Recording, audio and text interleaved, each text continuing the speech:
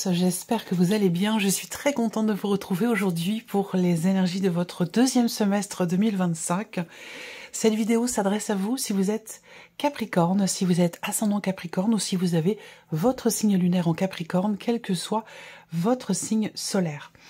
Alors, cette vidéo concerne le deuxième semestre 2025 et vient dans la continuité de la vidéo qui a déjà été réalisée pour vous, les Capricornes, pour le premier semestre 2025. Je vous mets d'ailleurs le lien de cette vidéo juste en haut ici. Si vous voulez la voir ou la revoir, ça vous permettra d'avoir une continuité justement entre le premier et le deuxième semestre. Alors, dans cette vidéo, comme pour le premier semestre, nous allons voir quelle est la tendance, l'énergie dominante de ce deuxième semestre 2025 pour vous en tant que Capricorne. On regarde quelle est votre énergie à vous, ce que vous attendez de cette période, ce qui sera votre force dans ce deuxième semestre, ce que vous allez laisser derrière vous. On regarde les principaux domaines de vie, à savoir la vie émotionnelle et sentimentale, la vie active et professionnelle, et le plan matériel et financier. Dans un second temps, toujours avec le tarot, nous verrons quelle est l'énergie dominante pour les 6 mois de ce deuxième semestre de juillet à décembre 2025. Voilà. Alors, on y va pour vous les Capricornes. Commençons tout de suite par la tendance, l'énergie dominante de ce deuxième semestre. La reine de bâton. Bon, alors c'est une énergie qui va vous donner de l'entrain. C'est une énergie qui va vous donner de la volonté, de la détermination, de la confiance. On a la reine de bâton. Donc ici, le deuxième semestre, c'est vraiment un semestre où il pourrait être question de se mettre en avant, de prendre soin de soi, de se pomponner, il y a le côté aussi très peut-être séducteur là qui ressort. Donc c'est un semestre où effectivement il se peut que vous soyez dans la séduction. Globalement, ce semestre, c'est un semestre aussi qui sera dans l'action. Donc là, on agit en conscience, en connaissance de cause. On est quand même sur une reine ici, donc il y a l'idée de quelque part d'une certaine, il y a une fougue, il y a un entrain qui est contenu, qui est contenu dans le bon sens du terme, qui est mesuré. Voilà, on mesure son élan, j'allais dire quelque part. On mesure son élan dans l'énergie d'action. On va continuer. On va regarder votre énergie à vous, les Capricornes, sur ce deuxième semestre. L'étoile, bon, formidable. Vous avez la foi, vous avez confiance. Il y a cette idée d'être ou de se sentir à sa place à l'instant T. Donc en fait ici, il y a ce côté peut-être très spirituel chez vous qui fait que vous vous dites, ben voilà, je vis ce que j'ai à vivre au moment où j'ai à le vivre et je suis ok avec ça. Je me sens à ma place, je me sens alignée. On a aussi dans votre état d'esprit ici l'idée d'un souhait quelque part, d'un souhait, d'une volonté, d'un espoir qui est présent. On parle ici de confiance et d'espoir avec cette énergie-là. On a aussi avec l'énergie de l'étoile quand même l'idée d'une certaine sérénité, l'idée d'une certaine clarté d'esprit, tranquillité d'esprit, voilà, confiance, on est bien. Alors, on va continuer. On va regarder ce que vous attendez, vous, les Capricornes, dans ce deuxième semestre 2025. Le 6 de denier. Alors, vous avez peut-être travaillé avec la loi de l'attraction, vous avez peut-être fait de la place dans vos énergies, dans votre tête, dans votre cœur, dans votre vie, pour pouvoir accueillir peut-être quelque chose de nouveau, ou pour pouvoir... oui, c'est ça, pour pouvoir accueillir quelque chose de nouveau. Et je sais pas, il y a quelque chose de très spirituel et qui est en rapport avec effectivement la loi de l'attraction. Après, ce que vous attendez, c'est aussi peut-être le juste retour des choses par rapport à quelqu'un, par rapport à quelque chose. Vous attendez aussi peut-être que tout ce que vous attendez peut-être de récolter le fruit de votre travail, le fruit de votre effort, le fruit de votre investissement.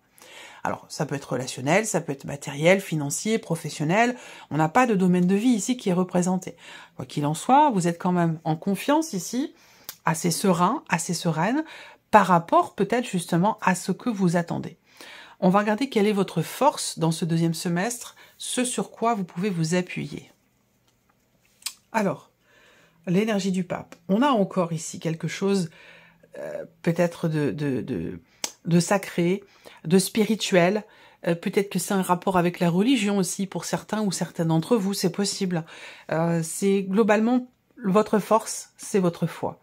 C'est votre foi, c'est cette capacité que vous avez à croire en ce que vous avez fait, investi, mis en place et d'en recevoir par la suite quelque part, comme je le disais tout à l'heure, le juste retour des choses. Donc voilà, il y a l'idée de s'en remettre peut-être ici aussi à une certaine justice divine, ça c'est possible aussi. Votre force, pour certains d'entre vous, ça peut être une relation, ça peut être quelqu'un, auquel cas ça peut être quelqu'un qui est du signe du taureau, c'est tout à fait possible.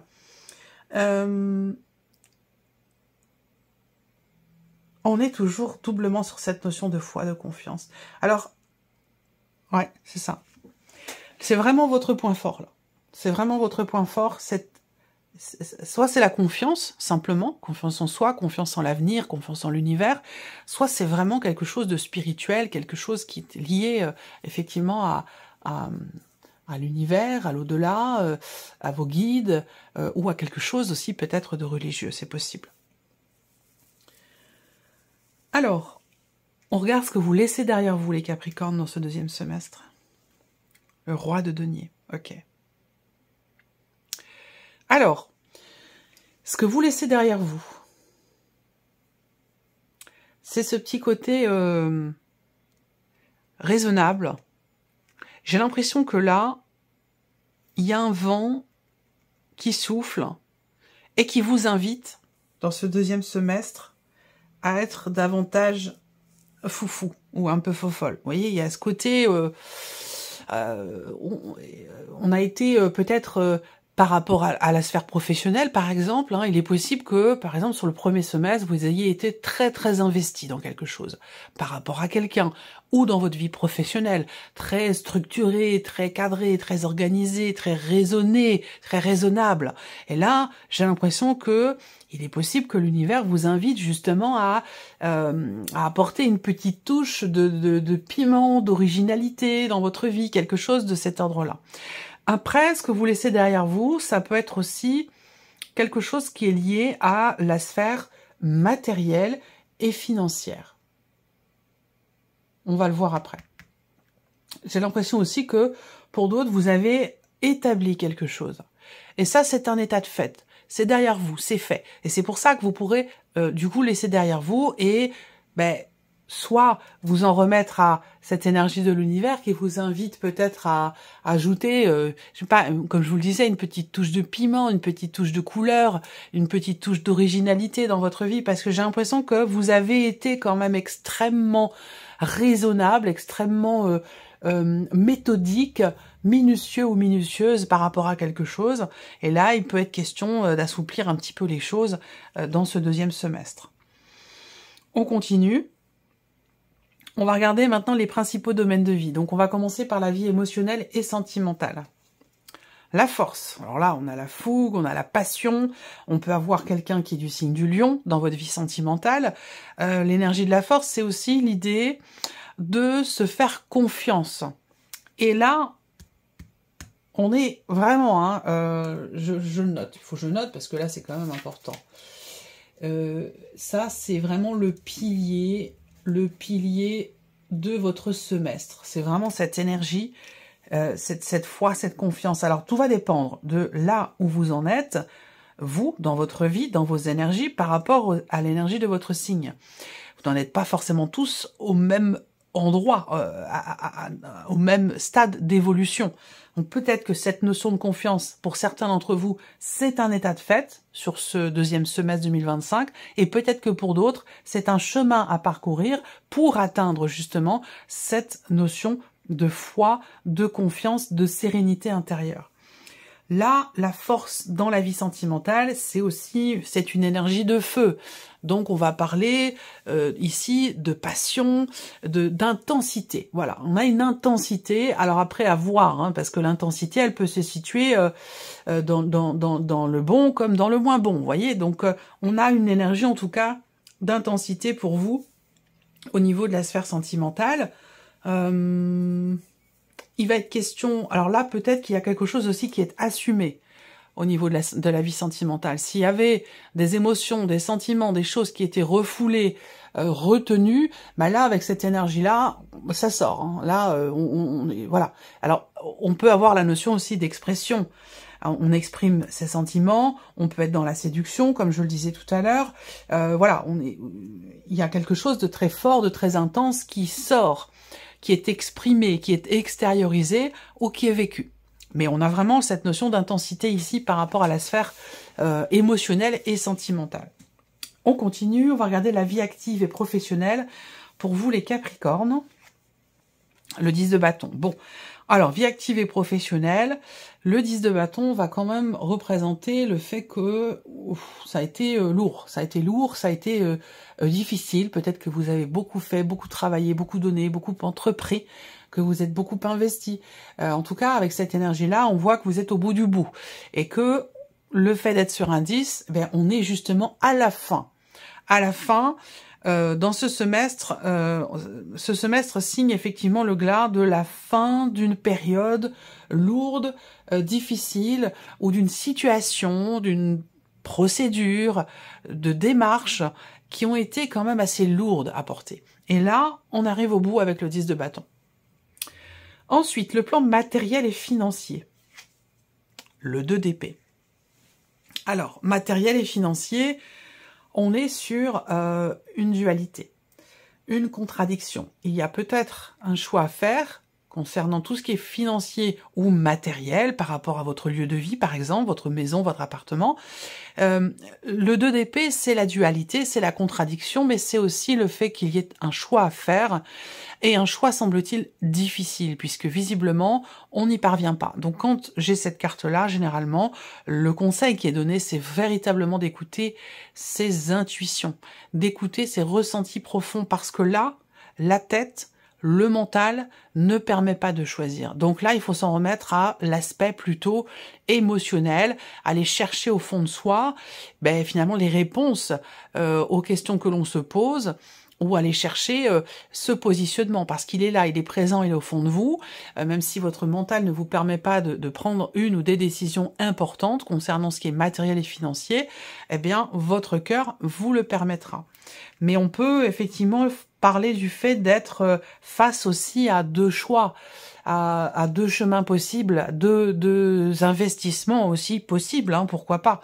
C'est un exemple, mais en tout cas, il y a comme ça deux pôles qui se présentent à vous, il est question de choisir et visiblement, on a du mal véritablement à se positionner. Donc il va être question de toute façon de faire un choix, de trancher, même si c'est visiblement difficile. Voilà.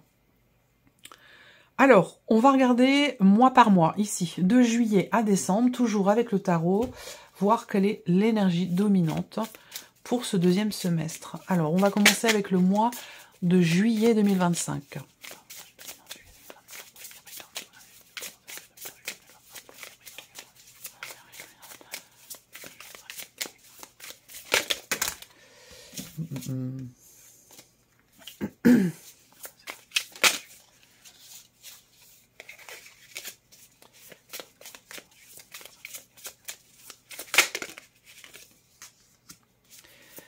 Août 2025.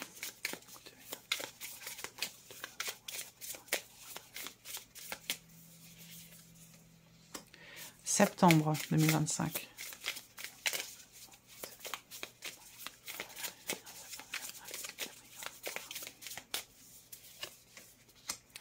Octobre 2025.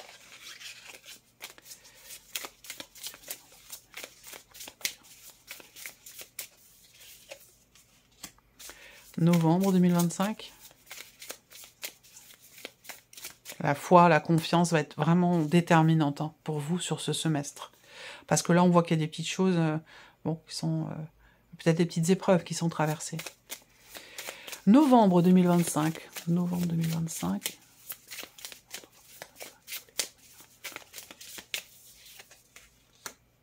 décembre 2025.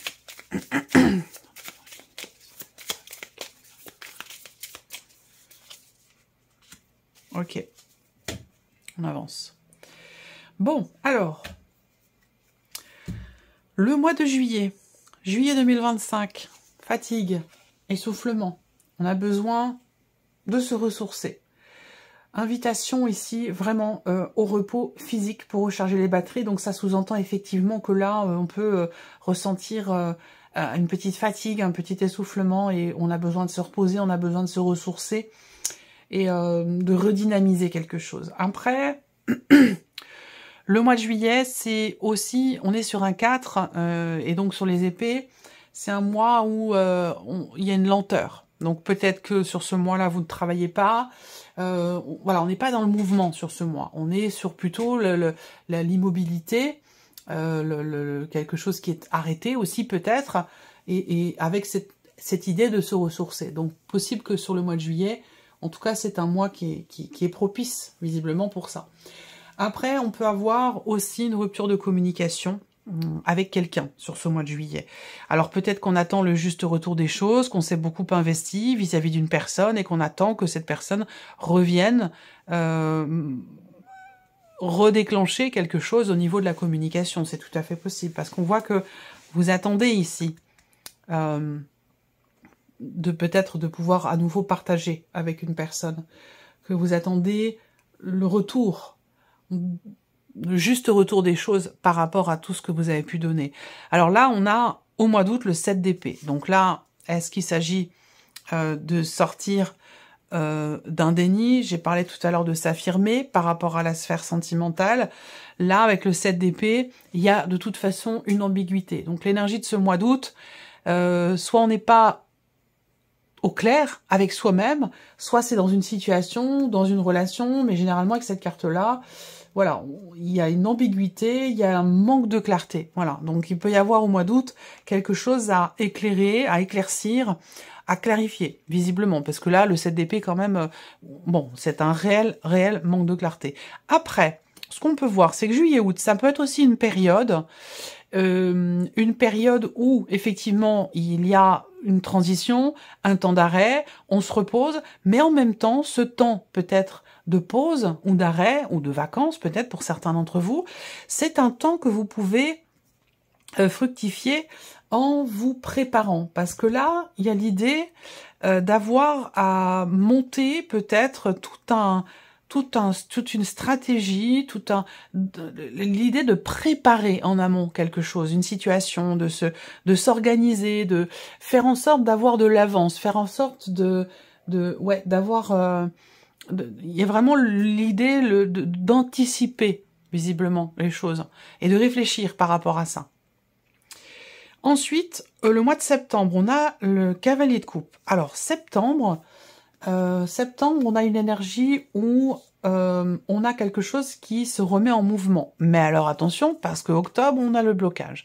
Donc là, on peut avoir un mouvement sur septembre et octobre qui est extrêmement lent. Encore une fois, on voit bien que là, et d'ailleurs, ça vient être confirmé aussi sur le mois d'octobre avec la cavalière de denier, ce deuxième semestre, ce n'est pas un semestre dans la fulgurance, ce n'est pas un semestre dans la rapidité, dans la fluidité. On a plutôt quelque chose ici, quel que soit le domaine de vie, hein, d'ailleurs, qui est représenté ici, qui peut être représenté ici, on a quelque chose qui évolue tout doucement, tranquillement. Alors, c'est peut-être aussi pour ça qu'on voit qu'il y a la notion de foi, de confiance, d'espérance. Vous avez fait, vous avez agi, vous vous êtes investi. Et maintenant, vous attendez peut-être aussi le juste retour des choses en vous disant que ça arrivera au moment le plus juste pour vous, au moment opportun. Et donc, c'est pour ça aussi que, quelque part, il y a une certaine sérénité, une certaine confiance. Mais on voit bien que là, on a à plusieurs reprises des cartes qui représentent une lenteur, une inertie, une immobilité ou une évolution assez lente par rapport à une situation. Et là, on voit bien que, bon, le mois de septembre, quand même, on a quelque chose qui se remet en mouvement, mais aussi, surtout, le fait de savoir ce que l'on veut, véritablement, et d'avancer finalement dans la direction de ce qui nous fait du bien, de ce que l'on souhaite au plus profond de soi.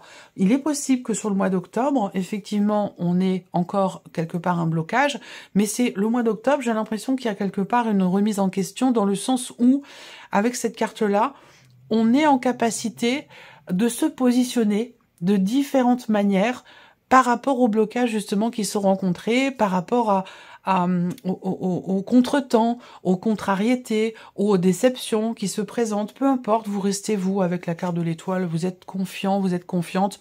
Bon, bah si c'est retardé, bah tant pis, c'est que ça devait être comme ça devait se passer de cette manière. Les choses arriveront au bon moment, au moment le plus juste. Il y a vraiment ce côté où vous êtes positif et positive et surtout en confiance par rapport à ce que vous attendez, par rapport à ce fameux juste retour des choses. Voilà. Et là, on voit novembre et décembre. Et novembre, la confiance est toujours là. On avance avec confiance. On s'investit aussi en confiance dans ce que l'on fait. On est vraiment ici dans une certaine... Il y a une constance. Il y a quelque chose de stable, de posé. Il y a comme un fil, je vois un fil conducteur en fait, avec quelque chose de régulier, de stable, de posé, et que même s'il y a des petites turbulences autour de vous, ou par rapport aux événements, ou dans différents domaines de vie, il n'y a rien qui vient vous perturber, j'ai l'impression. Il n'y a rien qui vient vous perturber parce que vous avez confiance. Vous voyez, et c'est ce qui vous permet de surfer finalement sur la vague, et que même si parfois il y a des vagues qui sont un peu plus hautes que d'autres, eh ben vous êtes toujours au-dessus et vous surfez dessus. Donc il y a ce côté-là comme ça, où certes les choses évoluent pas forcément très très vite, mais on a une constance dans l'évolution d'une situation, de quelque chose de particulier, ou une constance dans votre manière de vivre et de percevoir les événements. Et le mois de décembre, on a le 8 de coupe. Donc là, décembre, ça peut être un mois important parce que là, vous tournez une page. On va parler ici de savoir... il y a cette idée de faire le deuil de quelque chose au mois de décembre. Il y a un avant, il y a un après. Peut-être que tout ce chemin parcouru sur cette année 2025 et surtout sur ce deuxième semestre 2025 vous a fait prendre conscience qu'il vous était nécessaire peut-être de vous défaire, de vous délester de tout ce qui est obsolète, de tout ce qui n'a plus lieu d'être dans vos énergies ou dans votre vie aujourd'hui pour pouvoir avancer ou pour pouvoir continuer d'avancer avec une certaine confiance, avec une certaine sérénité. C'est un très beau tirage pour vous les Capricornes. Donc voilà pour vous, j'espère que cette vidéo vous a plu, j'espère que ce tirage résonne en vous. Merci à vous, merci de votre présence, de votre fidélité pour beaucoup d'entre vous. Je souhaite bien sûr la bienvenue aux nouvelles abonnés, aux nouveaux abonnés. Je vous souhaite un excellent semestre et on se retrouve très bientôt pour les prochaines vidéos. Au revoir.